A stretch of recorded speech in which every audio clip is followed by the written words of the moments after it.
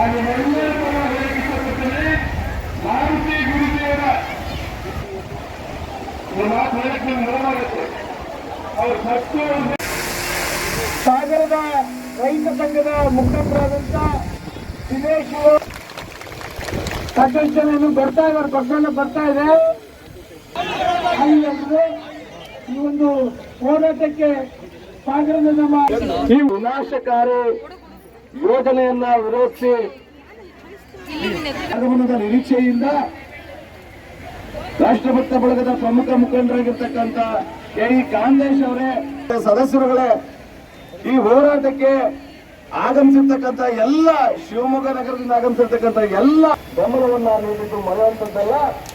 ಆದ್ರೆ ಒಂದೊಂದು ಕಡೆಗೆ ಸ್ವಲ್ಪ ಆತಂಕ ಇತ್ತು. ಈ ಹೋರಾಟ ಕಾರಣಕ್ಕೂ ಕೂಡ ಯಾವುದೇ ಕಾರಣಕ್ಕೂ ಕೂಡ ಶರಾವತಿ ಪಂಪ್ ಸ್ಟೋರೇಜ್ ಆಗೋದಿಲ್ಲ.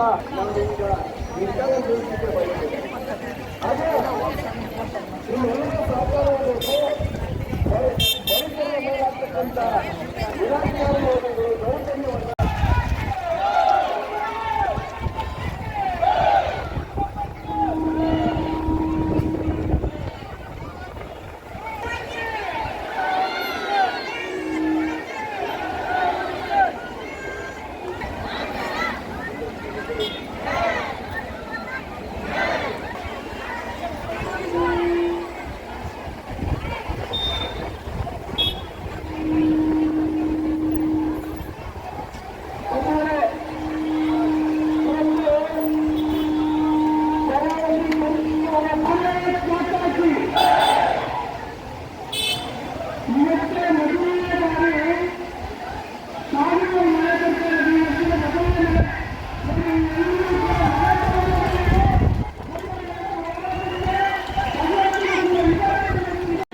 ಹಾಗೆ ಬಂದಿದ್ರಿ.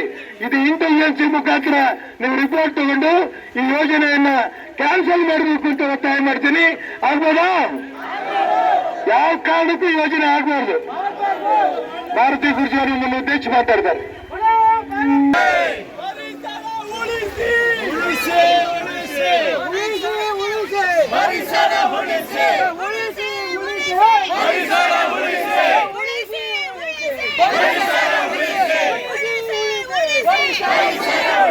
ವಿಷಯಕ್ಕೆ ಬರುವ, ಯಾಕಂದ್ರೆ ಎಲ್ಲರೂ ಸಹ ಮಳೆಯಲ್ಲಿ ನಿಲ್ತಾ ಇದ್ದೀರಿ. ಆದ್ರೆ ಈ ಮಳೆ ನಿಲ್ಲುವುದು ನಿಜವಾಗಿ ಇವತ್ತು ಸಂತೋಷವೇ, ಯಾರಿಗೂ ಸಹ ಆತಂಕ ಪಡಬೇಕಾದ್ದಿಲ್ಲ. ಯಾಕಂದ್ರೆ ಈ ಮಳೆ ಕಡಿಮೆ ಪ್ರಮಾಣ ಆಗಿದೆ. ಈ ವರ್ಷ ಇವತ್ತಿನ ಒಂದು ಪತ್ರಿಕೆಯಲ್ಲಿ ಒಂದು ಹೇಳಿಕೆ ಬಂದಿದೆ, ಲಿಂಗನಮಕ್ಕಿ ಡ್ಯಾಮ್ಕಾದ್ದು 15 TMC ನೀರಿದೆ ಅಂತ ವಿಚಾರ ಮಾಡ್ಕೊಳ್ಳಿ. ಕೊಟ್ಟಂತ ವರದಿ 151 TMCಯಲ್ಲಿ 15 TMCಯಲ್ಲಿ ಇಷ್ಟು ನೀರಿನ ಪ್ರಮಾಣ ಕಡಿಮೆ ಆಗಿದೆ. ಲಿಂಗನಮಕ್ಕಿ ವಿದ್ಯುತ್ ಅನ್ನ ಇವತ್ತಿನ ದಿವಸ ಸದ್ಯದಲ್ಲಿ ಸ್ಥಗಿತ ಮಾಡ್ತೇವೆ ಅಂತಕ್ಕಂಥ ಹೇಳಿಕೆಯಿಂದ ಕೊಡ್ತಾ ಇದ್ದಾರೆ.